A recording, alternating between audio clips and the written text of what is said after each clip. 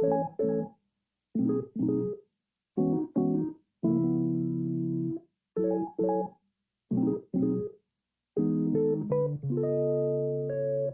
the dog doing?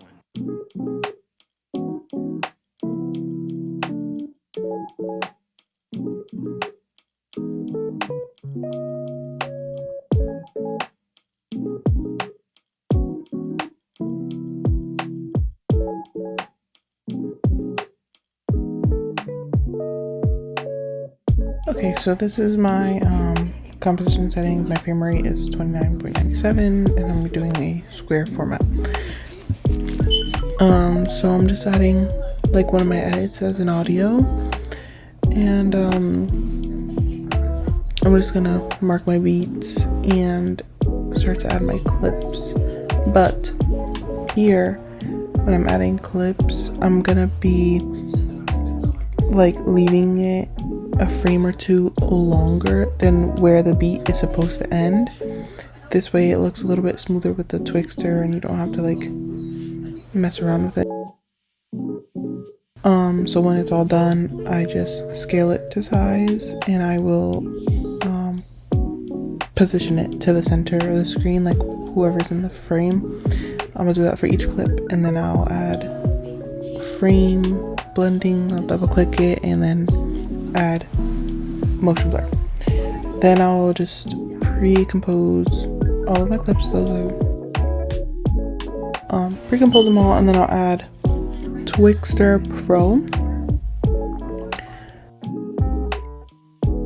So now that it's here, I usually don't mess with the frame rate on it right now. Sometimes I'll change it to what the actual video is depending on, I guess, the edit, but I'll just leave it at 29 whatever. And then in image prep I'll change it to contrast / edge enhance, and then I'll change the speed to 250.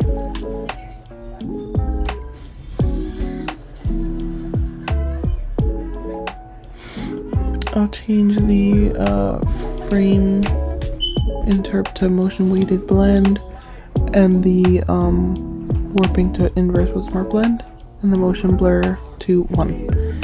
Then I'll click on my keyboard to look at all the keyframes, and then I'll go to the end of the clip, but really where the beat starts, and you'll see the next clip, but right there is, I'll add another keyframe for 250 speed, and then I'll go in the middle of the two keyframes and add one for 50, and then I'll just ease them. And this is basically the graph that I do. I typically just use the bars like in the top, not the bottom ones.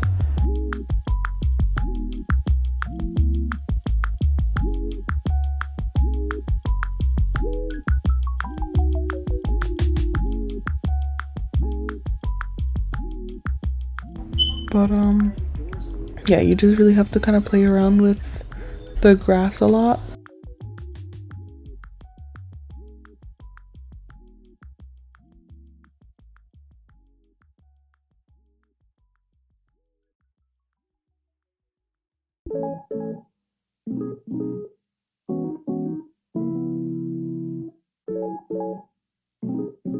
Okay, then once you get something that you're like happy with, I just copy the Twixtor and I'll paste it to each of the clips. I have to like adjust the graph and even sometimes like the actual clip itself just so it looks right. But yeah, once you get something that you're happy with like this, I start doing like this scales, like the zooms. I change it to usually around 160 to 145, I would say, in the first frame for a zoom out, and then in the end I'll change it to 100. Add motion blur to all of the clips because they're all getting zooms. So this is the graph that I use for like a continuous like zoom out or continuous zoom in. That's basically the graph that I'll be using.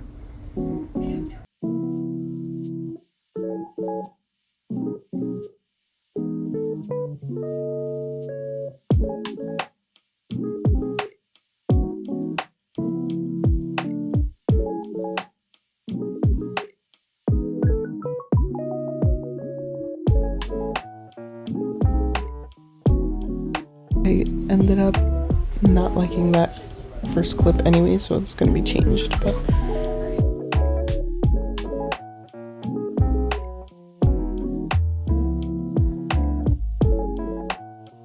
now I'm just doing the same thing to this clip, a zoom out.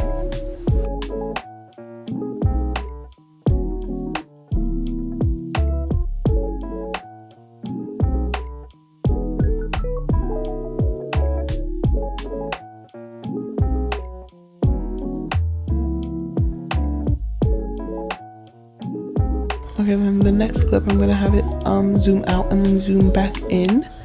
So for this, I'm gonna be using no layer.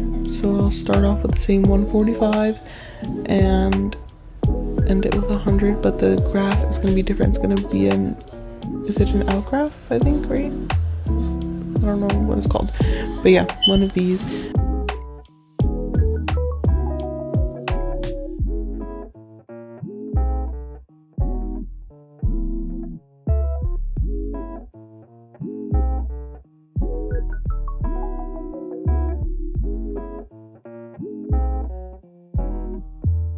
And then here I'm adding my no layer, connecting it.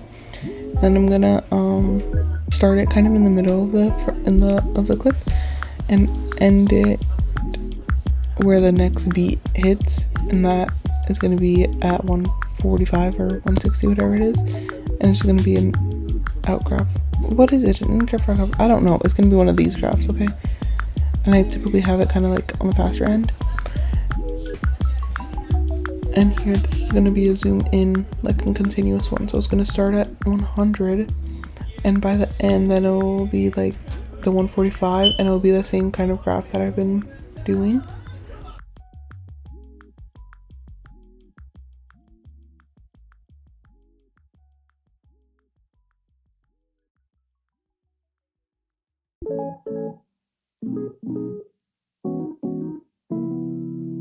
Okay, so now I'm just gonna show you my blur and my flash. So I'll just pre-compose all of the clips, and if it has a no layer, I'll combine them together and then cut it.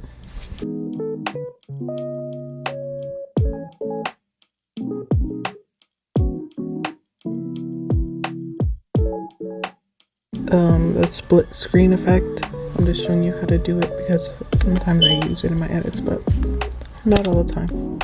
I end up actually deleting it from here because I didn't think how it looked.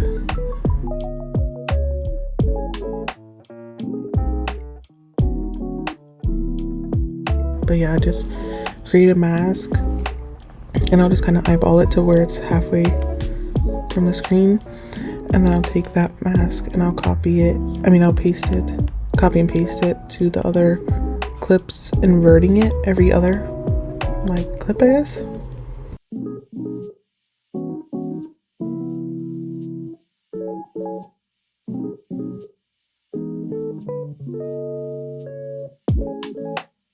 That's what it looks like.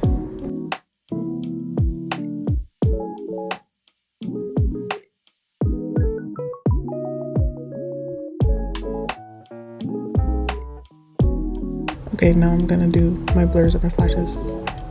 So I use camera lens blur.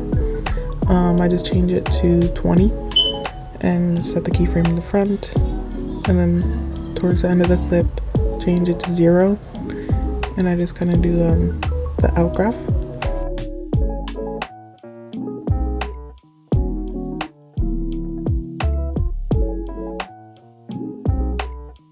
And then for my flash, I just use brightness and contrast. And I usually use the brightness first, keyframe at like 60 to 80 usually. But yeah, and then I'll go to the end of the clip and make it 0, and I don't easy ease them. I don't easy ease the keyframes or change like a graph or anything. So then I'll just copy and paste the two effects onto each of my clips, adjusting like where the keyframe ends, just depending on the clip.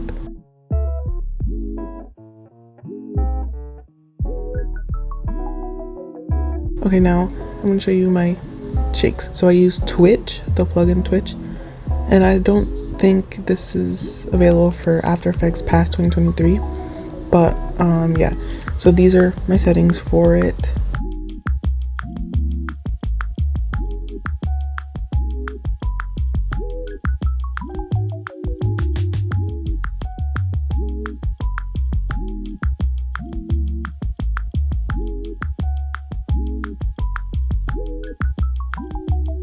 I use this like a fast graph for it.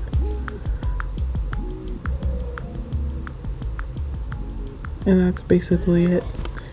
That's what I do, and then I'll add my sharpening and my colorings and my pannings, and yeah, bye.